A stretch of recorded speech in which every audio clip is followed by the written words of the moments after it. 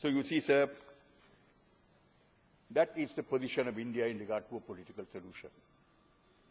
India is a country which has been committed to the unity, sovereignty, and territorial integrity of Sri Lanka beyond question.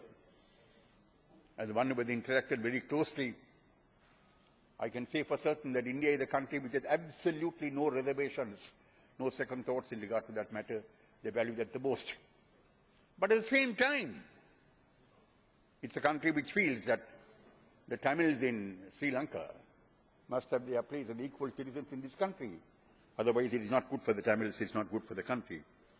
Having said that, sir, I would like to say I would like to read what the co-chairs had to say in 2006 when they were still functional in Sri Lanka. This is a statement made by the co-chairs on 30th of May 2006. Said, the Sri Lankan government must show that it's ready to make a dramatic political change to bring about a new system of governance which will enhance the rights of all Sri Lankans, including the Muslims. The international community will support such steps. Failure to take such steps will diminish international support. The co-chair went on to say, the Tamil and Muslim peoples of Sri Lanka have justified and substantial grievances that have not yet been adequately addressed. Now, who are the co-chairs? Norway, the EU, America, and Japan. EU representing all the European countries, Japan, Norway, and America.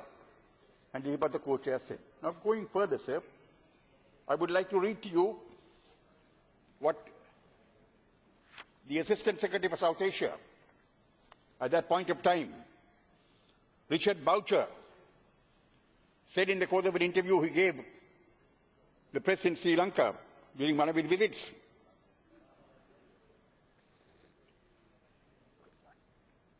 That was on the 1st of June, 2006. Mr. Boucher said, we also think that the government should provide a positive vision to Tamils and Muslims of a future Sri Lanka, where their legitimate grievances are addressed and their security assured.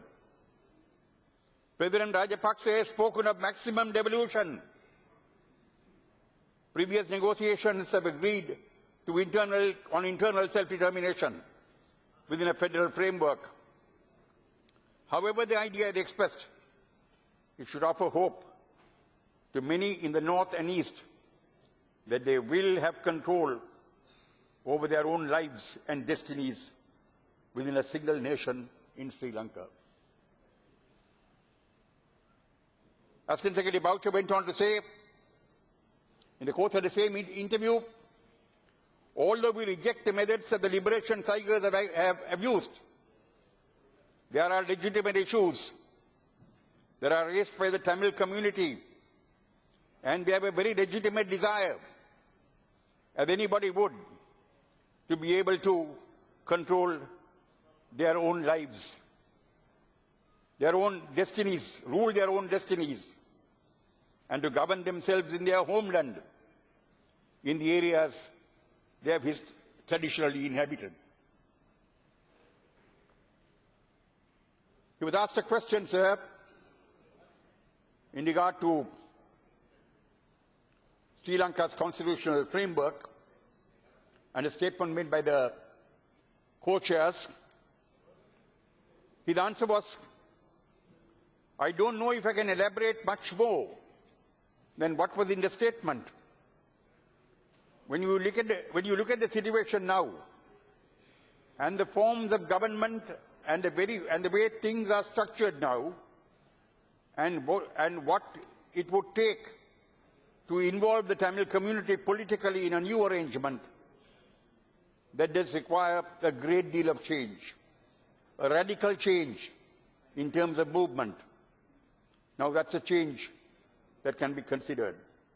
A vision needs to be put out and needs to be elaborated by the parties themselves and then negotiated by the parties themselves.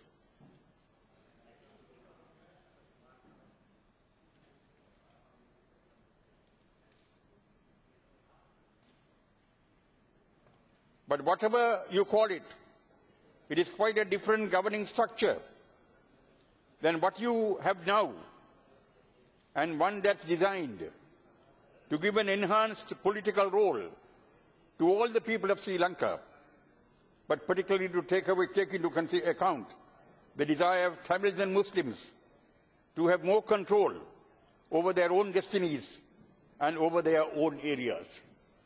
So this is not merely the view of India and the co-chairs, but also the view of America.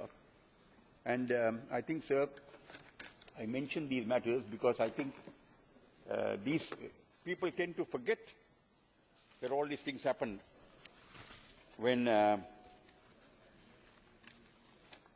not reminded of these things. And I would now, sir, look at what President Rajapaksa himself had to say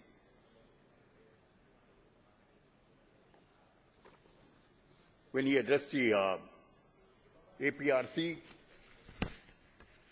inaugural meeting of the APRC, and the multi-ethnic experts committee he appointed. Nobody said. It's in perfect consonance with all that I have quoted as having been stated by the Prime Minister of India, as having been stated by our ministers and ministers in India, as having been stated by the co-chairs, and as having been stated by the US government, by its Assistant Secretary.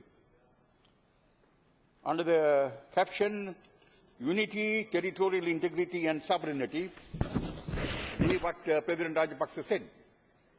The unity, territorial integrity and sovereignty of our country must be preserved. This cannot be open to bargain. Our approach has been widely endorsed by the international community, notably India, and the co-chairs have clearly stated and have clearly ruled out any form of division of the country. Our objective must be to develop a just settlement within an undivided Sri Lanka.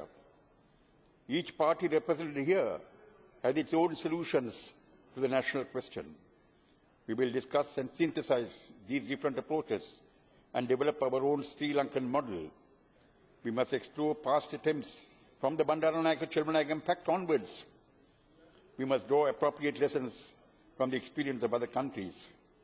I will not impose a solution on the country, but you, through your developments, through your deliberations, will provide a solution to the national question. Addressing the gathering under the caption Unity, Territorial Integrity and Sovereignty, what His Excellency the President said. Further, the President in his speech under the heading Devolution to the People, by the People said, people in their own localities must take charge of their destiny and control their politico-economic environment. Central decision-making that allocates disproportionate resources has been an issue for a considerable time. In addition, it is axiomatic that devolution also needs to address issues relating to identity as well as security and socio-economic advancement without over-reliance on the centre. In this regard, it is also important to address the question of regional minorities.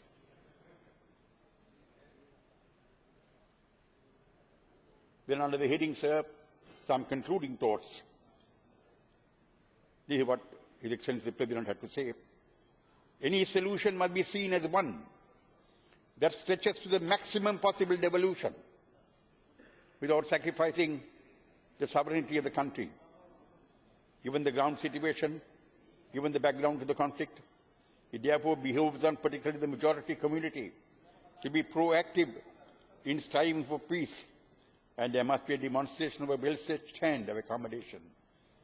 Any solution must therefore address these expectations as well. The role of the APRC, as well as a panel of experts, is to fashion creative options and satisfy the maximum expectations that I had enumerated earlier, as well as provide a comprehensive approach to the resolution of the national question. But His Excellency the President said, what he has said is in perfect consonance with what has been said on behalf of the Indian government, what has been said on behalf of the co-chairs, and what has been said by the Assistant Secretary of State for the US.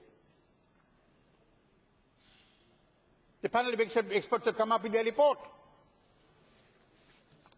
There were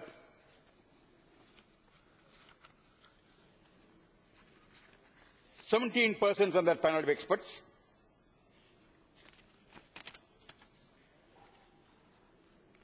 Five of them were Sinhalese, 4 of them were Tamils, and with 1 Muslim.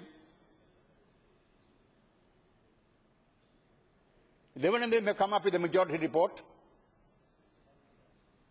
including 6 Sinhalese, the Tamils and the Muslim. That's a homegrown solution, appointed by a multi-ethnic committee of experts, recommended by a multi-ethnic committee of experts appointed by the President.